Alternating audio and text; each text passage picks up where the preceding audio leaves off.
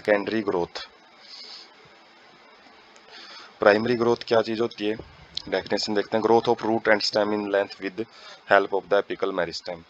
तो एक बार जो प्लांट है शुरुआत में जो ग्रोथ करता है वो लेंथ वाइज ग्रोथ करता है, हाइट गेन करता है, और उसके बाद वो साइड वाइज फैलना शुरू करता है।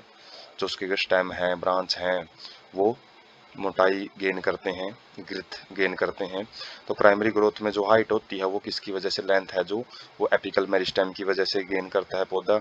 और जो सेकेंडरी ग्रोथ है उसके अंदर गिर्थ है, जो मोटाई है वो इंक्रीज होती है apart from the primary growth, primary growth से अलग, एग्जीबिटेड बाय द डाइकोटिलिडन प्लांट। और ये जो ग्रोथ है वो स्पेशली डाइकोटिलिडन प्लांट्स के अंदर ही देखने को मिलेगी, इसलिए वहाँ पे ओपन टाइप की ग्रोथ बोला जाता है।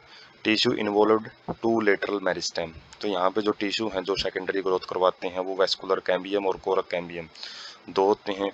वेस्कुलर कैम्बियम क्या रहता है, meristematic layer responsible for cutting off that is between xylem and phloem. तो जाइलम और फिलोएम के बीच में एक लेयर प्रेजेंट होती है मेरिस्टेमेटिक टिश्यू की, कटिंग ऑफ का मतलब जो अलग अलग करती है। और in patches as a single layer in young stem. तो यंग स्टेम में ये एक सिंगल लेयर के रूप में प्रेजेंट होती है, दब्बे से मिलते हैं, जगह जगह पे मिलेंगे ये। Later forms a complete ring, और बाद में ये आपस में मिलके एक कंप्लीट जो रिंग है वो देखने को वो बनाते हैं। उसके बाद हम डायग्राम से देख सकते हैं जो सेकेंडरी ग्रोथ है वो, जैसे पहले ये पोर्शन सेंटर में था, लेकिन जैसे सेंटर में नई ग्रोथ देखने को मिलेगी और ये वाला पोर्शन बाहर की तरफ जाता रहेगा, और कोरक है जो वुड है वो बनाने का काम करता है, छाल है वो बनाता है। और उसके बाद जो फिलोएम है, वेस्कुलर कैम्बियम है, जाइलम है, वेस्कुलर कैम्बियम जाइलम और फिलोएम के बीच में रहता है, जिसकी वजह से जैसे जैसे इसके अंदर ग्रोथ होगी तो फिलोएम को बाहर की तरफ धकेला जाएगा, जाइलम को सेंटर की तरफ धकेला जाता है। ज़्यादा से ज़्यादा टिश्यू बनते हैं, कॉम्पैक्टनेस आती है, मैकेनिकल स्ट्रेंथ ये प्रोवाइड करते हैं, मजबूती प्रदान करते हैं पौधे को, उनके स्टेम को, ब्रांचेज को। उसके बाद है vascular cambium. Formation of cambial ring देखते हैं कि कैम्बियल रिंग कैसे बनती है।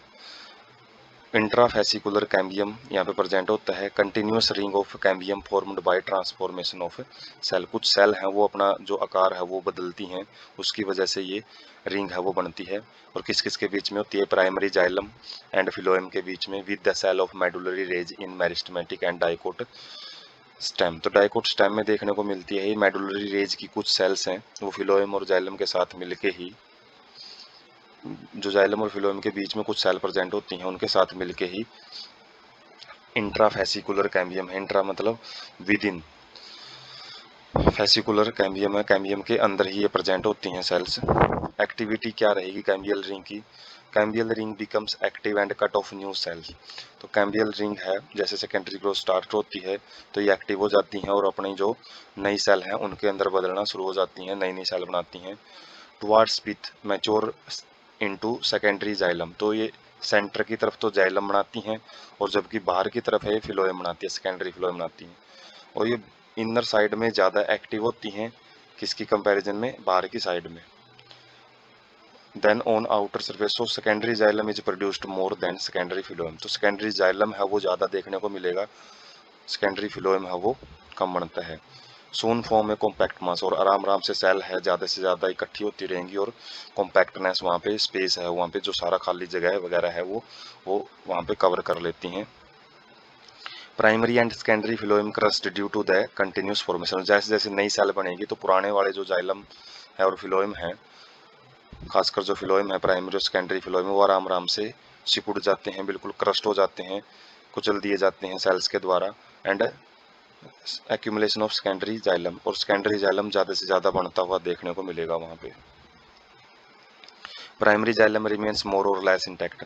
और प्राइमरी जाइलम है सेंटर की तरफ होता है, हो सकता है उसको ज़्यादा प्रॉब्लम ना आए। तो जो फिलोएम है वो ज़्यादा इस चीज़ के जो इस चीज़ से ज़्यादा क्रस्ट होता है, ज़्यादा उसकी जो नंबर है वो कम से कम देखने को मिलेगा।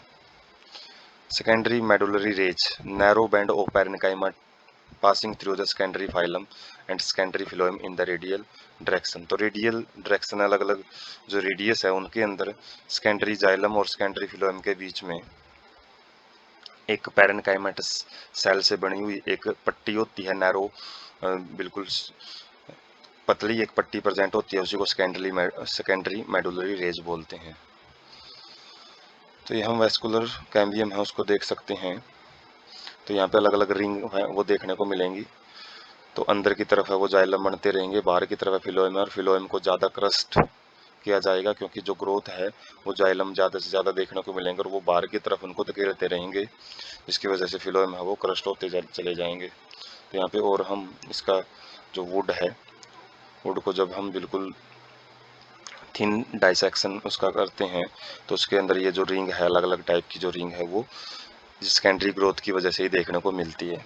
उसके बाद cork cambium, outer cortical and epidermis layer get broken due to activity of vascular cambium. तो बाहर वाले जो रीजन होते हैं कोर्टिकल लेयर है और जो एपिडर्मिस है वो टूटना शुरू हो जाती है क्योंकि उसके अंदर लगातार जो ग्रोथ होती जा रही है उसकी वजह से वो अपनी शेप को मेंटेन नहीं कर पाती, जिसकी वजह से ब्रेक होती रहती हैं वो, and need to be replace to provide new protective cell layers. और बाहर की जो लेयर है बार बार रिप्लेस होती रहती है, जो छाल वगैरह बार बार जड़ती है स्टेम की, तो वो बार बार रिप्लेस होती रहती है। तो फैलोजन क्या चीज़ होती है? Couple of layers thick made of narrow thin walled rectangular cells cut off cells on both sides develops in the cortex region. तो ये काफ़ी सारी लेयर की बनी होती हैं जो कि थिक मोटी लेयर, मोटी मेड ऑफ नैरो, काफ़ी मोटी लेयर होती हैं ये जो कि नैरो सेल से बनी होती हैं बिल्कुल, और थिन वाल्ड उनकी सेल हैं, थिन वाल्ड रहेंगी, सेल वाल हैं जो, और रेक्टेंगुलर सेल्स जो आयताकार सेल होती हैं, cut off cells on both side, जिसके अंदर जो सेल्स हैं वो दोनों साइड में बनेगी कोर्टेक्स रीजन में भी, both sides develop in cortex region. Cortex region में दोनों साइड में ग्रोथ देखने को मिलती है इस फाइलोजन टिश्यू के अंदर।